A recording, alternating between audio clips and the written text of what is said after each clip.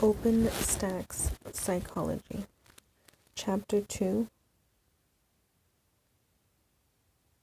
Psychological Research Section 2.3 Continued. Interpreting experimental findings. Once data is collected from both the experimental and the control groups, a statistical analysis is conducted to find out if there are meaningful differences between the two groups.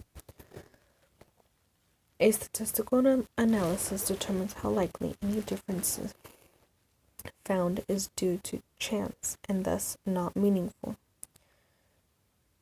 In psychology, group differences are considered meaningful or significant if the odds that those differences occurred by chance alone are 5% or less. Stated another way, if we repeated this experiment 100 times, we would expect to find the same results at least 95 times out of 100. The greatest strength of experiments is the ability to assert that any significant differences in the findings are caused by the independent variable. This occurs because random selection, random assignment, and a design that limits the effect of both experiments' bias and participants' expectancy should create groups that are similar in composition and treatment. Therefore, any differences between the groups is attributed to the independent variable. And now we can finally make a causal statement. If we find that watching a violent television program results in more violent behaviors than watching a non-violent program, we can safely say that watching violent television programs causes an increase in the display of violent behaviors. Reporting research. When psychologists complete a research project, they generally want to share their findings with other scientists. The American Psychological Association, APA, publishes a manual detailing how to write a paper for submission to scientific journals.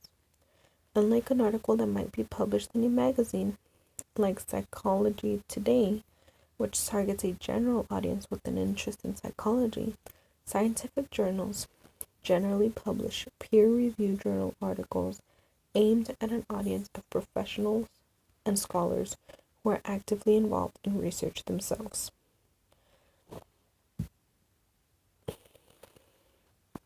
A peer-reviewed journal article is read by several other scientists, generally anonymously, with expertise in the subject matter. These peer reviewers provide feedback to both the author and the journal editor regarding the quality of the draft. Peer reviewers look for a strong rationale for the research being described, a clear description of how the research was conducted, and evidence that the research was conducted in an ethical manner. They also look for flaws in the study, design methods, and statistical analysis. They check that the conclusion drawn by the author seems reasonable, given the observations made during the research. Peer reviewers also comment on how valuable the research is in advancing the discipline's knowledge.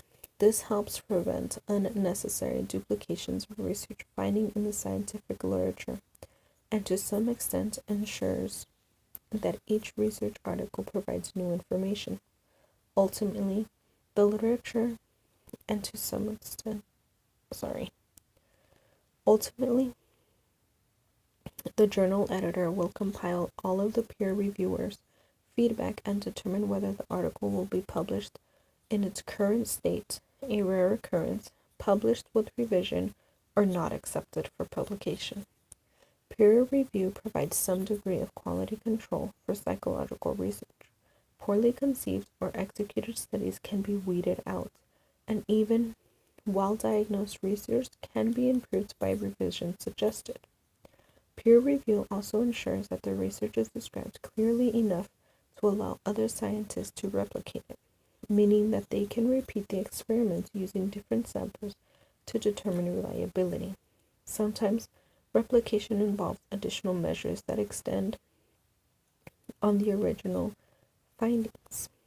In any case, each replication serves to provide more evidence to support the original research findings.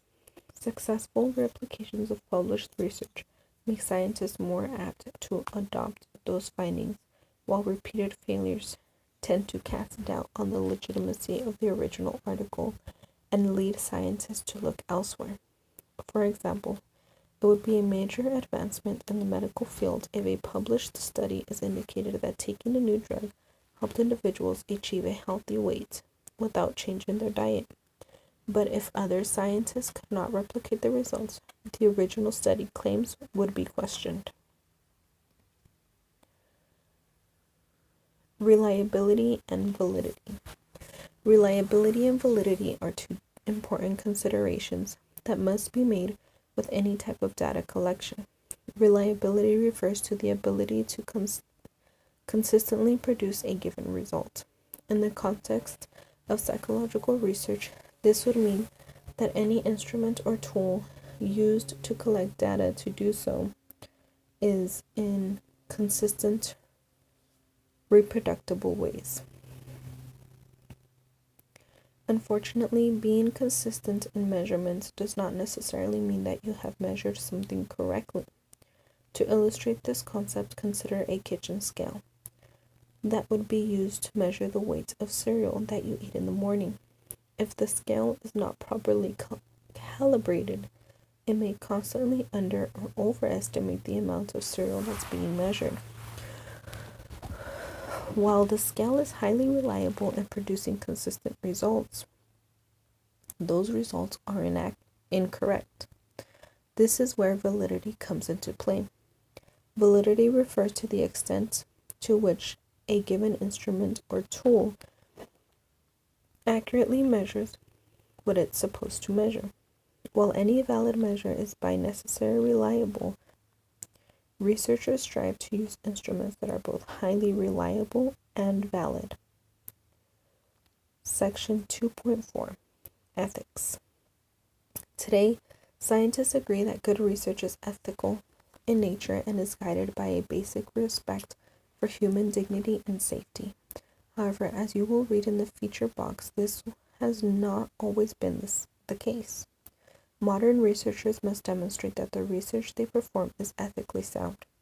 This section presents how ethical consideration affects the design and implementation of research conducted today. Research involving human participants. An experiment involving the participation of human subjects is governed by extensive, strict guidelines designed to ensure that the experiment does not result in harm.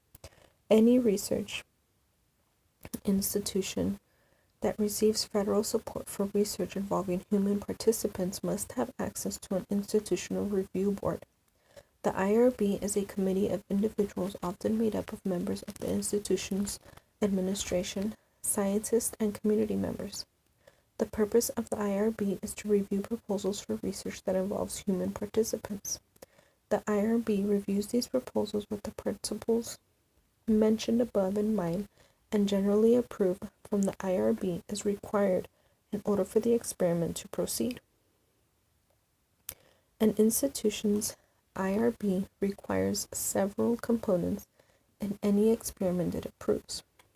For one, each participant must sign an informed consent form before they can participate in the experiment. An informed consent form provides a written description of what participants can expect during the experiment, including potential risks and implications of the research. It also lets participants know that their involvement is completely voluntary and can be discontinued without penalty at any time. Furthermore, the informed consent guarantees that any data collected in the experiment will remain completely confidential. In cases where research participants are under the age of 18, the parents or legal guardians are required to sign the informed consent form. While the informed consent form should be as honest as possible in describing exactly what participants will be doing, sometimes deception is necessary to prevent participants' knowledge of the exact research question from affecting the results of the study. Deception involves purposely misleading experiment participants in order to maintain the integrity of the experiment, but not to the point where the deception could be considered harmful. For example, if we are interested in how our opinions of someone is affected by their attire, we might use deception in describing the experiment to prevent that knowledge from affecting participants' response. In cases where deception is involved, participants must receive a full debriefing upon conclusion of the study. Complete, honest information about the purpose of the experiment, how the data collected will be used, and the reason why deception was necessary, and information about how to obtain additional information about the study.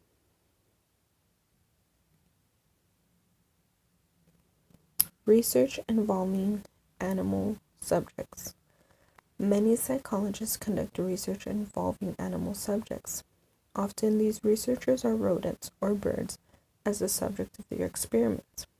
The APA estimates that 90% of all animal research in psychology uses these species. Because many basic processes in animals are sufficiently similar to those in humans, these animals are acceptable substitutes for research that would be considered unethical in human participants. That does not mean that animal researchers are immune to ethical concerns. Indeed, the humane and ethical treatment of animal research subjects is a critical aspect of this type of research. Researchers must design their experiments to minimize any pain or distress experienced by animals serving a research subject. Whereas IRBs review research proposals that involve human participants, animal experimental proposals are reviewed by an institutional animal care and use committee. An IACUC consists of institutional administrators, scientists, veterinarians, and community members. This committee is charged with ensuring that all experimental proposals required the human treatment of animal research subjects is also conducted. It also conducts semi-annual inspections of all animal facilities to ensure that the research protocols are being followed. No animal research projects can proceed without the committee's approval.